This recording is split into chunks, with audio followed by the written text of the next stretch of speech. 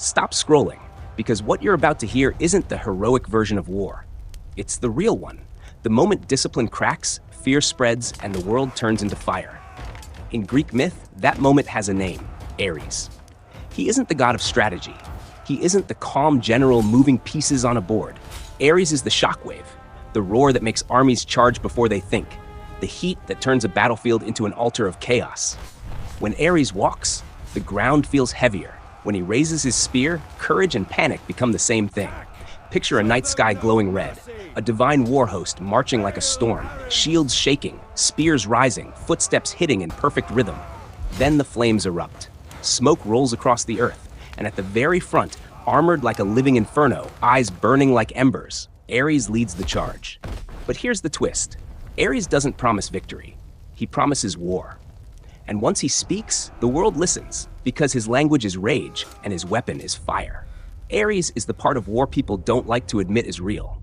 Not the speeches, not the banners, not the clean stories told afterward. Ares is what happens in the middle, when the air turns thick with smoke, when fear climbs into the throat, and when a single spark turns a standoff into a stampede. In Greek myth, Ares is an Olympian born to Zeus and Hera, but his power is not the kind that builds. It's the kind that breaks. He embodies war as raw force. Rage, violence, confusion, and the hunger for conflict that spreads like fire once it starts. That's why Ares is so different from the image of war as honor.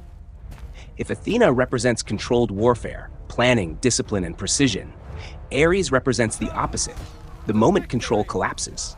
He doesn't guide armies like a chess master. He drives them like a storm.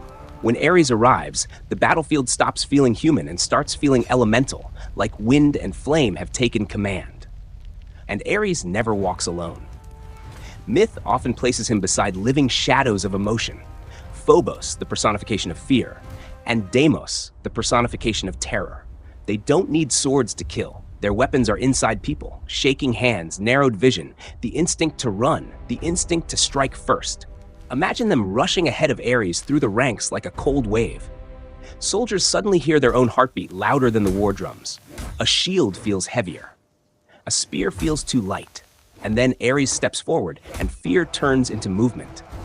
Now bring in your first scene, the divine war host. This isn't just a normal army. It's an army that feels possessed by momentum. Bronze armor catches the firelight. Lines form, then surge like a tide that has decided it will not stop. Ares is at the front, not because he must be, because he wants to be. He is the god who doesn't watch war. He enters it, he leads it, he makes it louder, faster, and harder to escape. Your second scene, fire erupting, is perfect for Ares because fire is exactly how his influence behaves. It spreads, it consumes, it turns everything into urgency. In the mythic world, war is not only steel, it's heat. It's sparks flying from shield to blade. It's smoke swallowing the horizon. It's the glow of burning ground that makes night look like day. When Ares is present, it feels like the battlefield itself is alive, cracking, roaring, and feeding on the chaos. But the most important thing to understand about Ares, what makes him a great story, is that he is not a simple win button. Rage is powerful, but it isn't always smart. And Ares' myths repeatedly show that raw aggression can be stopped, trapped, and humiliated. One famous tradition tells of two giant brothers, Otis and Ephialtes, who dared to seize the god of war himself. They captured Ares and shut him inside a bronze jar, leaving the battle god powerless for a long stretch of time until he was rescued. Think about how insane that is. The embodiment of war, locked away like a weapon in a box. It's a mythic message that hits hard. War feels inevitable, but it can be contained. Chaos can be sealed. Rage can be trapped. Then there's another story that exposes Ares in a different way, not in battle, but in pride. Ares becomes entangled with Aphrodite, and Hephaestus sets a nearly invisible net to catch them and reveal their shame. Again, the lesson is sharp. Ares rushes forward without seeing the trap. Strength doesn't save him. Fury doesn't save him. Only patience and intelligence win that moment. It's not a romance story you need to dwell on. It's a myth about contrast. The war god can terrify armies, but he can still be outplayed. So what does Ares truly represent? He represents the danger of letting the war inside take over. He is the god who proves that violence grows when people stop thinking, that fear can become a weapon, that anger can become a leader. and that once chaos is unleashed, it doesn't care who started it. Now return to your third scene, Ares leading the battle, and make it feel like a warning, not just a spectacle.